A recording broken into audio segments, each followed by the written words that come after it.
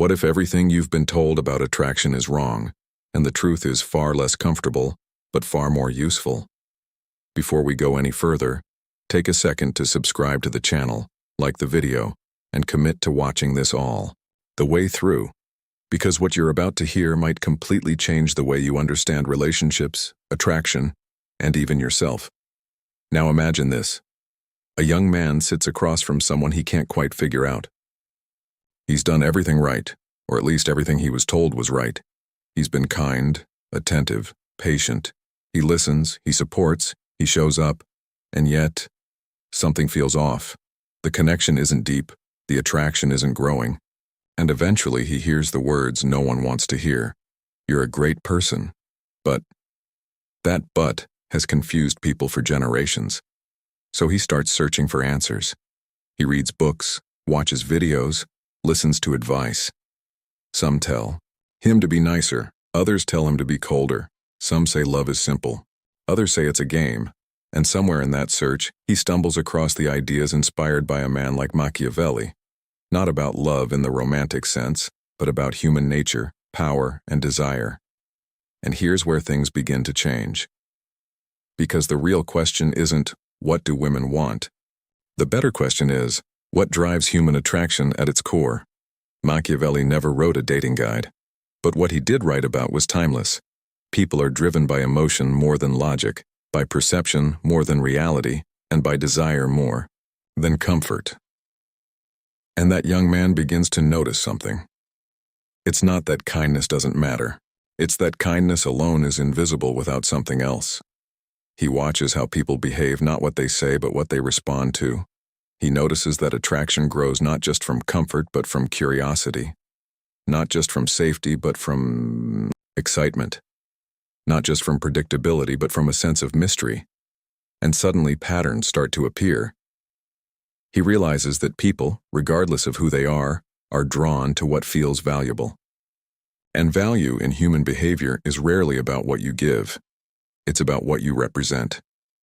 Think about that. If you give everything too easily, without boundaries, without standards, without a sense of self, what does that signal? It doesn't signal strength. It signals need, and need, when it becomes too obvious, quietly erodes attraction. This is where most people get it wrong. They believe that giving more will create more desire, that being endlessly available will build connection, that sacrificing their own identity will somehow make them more lovable. But in reality, the opposite often happens. The more someone abandons themselves to please another, the less interesting they become, not because they lack goodness, but because they lack presence. And presence is powerful. Machiavelli spoke about the importance of perception. How people see you often matters more than what you intend. In relationships, this translates into something simple but often ignored. How you carry yourself shapes how others feel about you. Confidence, for example, is not loud. It's not arrogance. It's not dominance. It's quiet certainty. It's knowing who you are, what you value, and not bending that identity just to gain approval.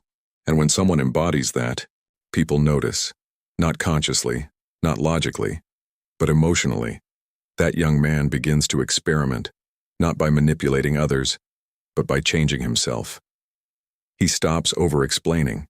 He stops chasing validation. He stops trying to prove his worth. Instead, he starts building it. He invests in his life, his goals, his discipline, his mindset. He learns to enjoy his own company.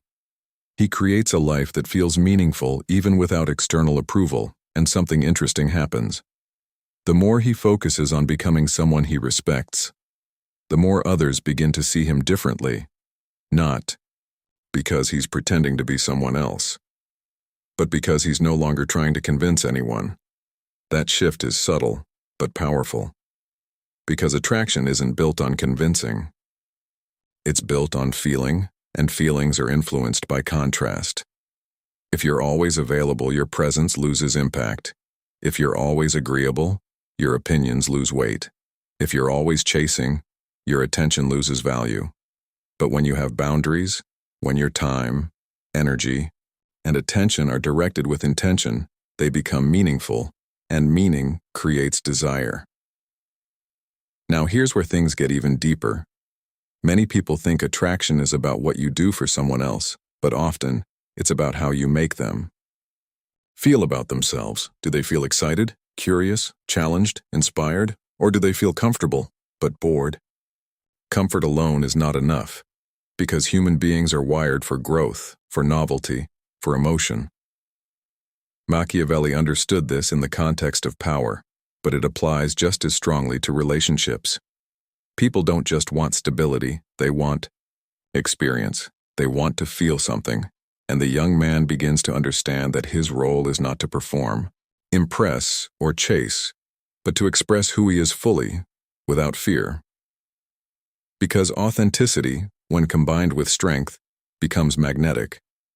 But authenticity without direction can become chaos, and strength without authenticity can become emptiness. The balance is what matters. Now let's address the idea behind the title, the claim that women want only one thing. It sounds simple, it sounds bold, but reality is more complex. Human beings don't want just one thing. They want a combination of emotional connection, respect, excitement, trust, and growth. And the proportions of those desires change depending on the person, the situation, and the stage of life. Reducing that complexity into a single statement might grab attention, but it doesn't create understanding, and without understanding, there is no real progress. So instead of asking what do women want, the better approach is asking, what kind of person naturally attracts meaningful connections? The answer isn't mysterious. It's someone who has direction, someone who respects themselves, someone who can offer both stability and excitement, someone who listens, but also leads their own life, someone who doesn't seek validation, but earns respect. These qualities are not gender-specific, they are human. And when you develop them, your relationships begin to change, not because you're following a script, but because you're becoming someone different. That's the real transformation.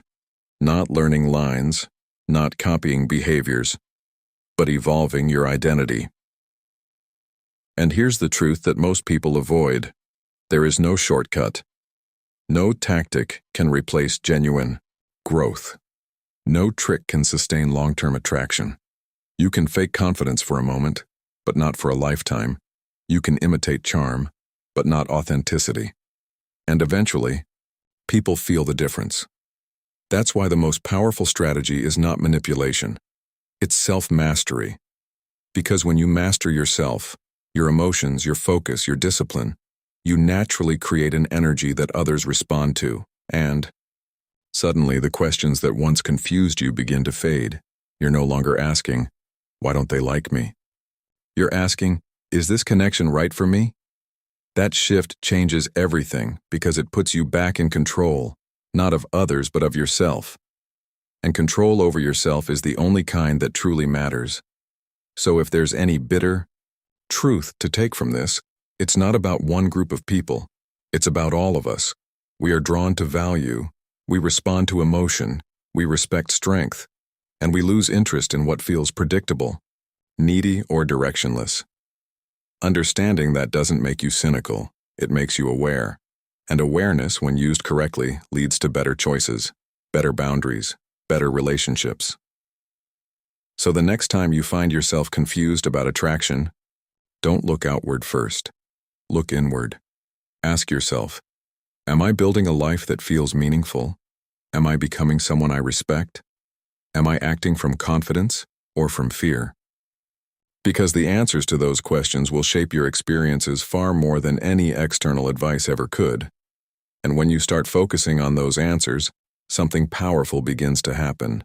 You stop chasing, you start attracting, not because you've learned a secret, but because you've changed the foundation, and that foundation is what everything else is built on. So don't settle for simple answers to complex questions. Don't reduce people to one-dimensional ideas. And don't underestimate the impact of your own growth. Because in the end, the most important truth isn't about what others want, it's about who you choose to become. And with that said, thanks for watching, and until next time.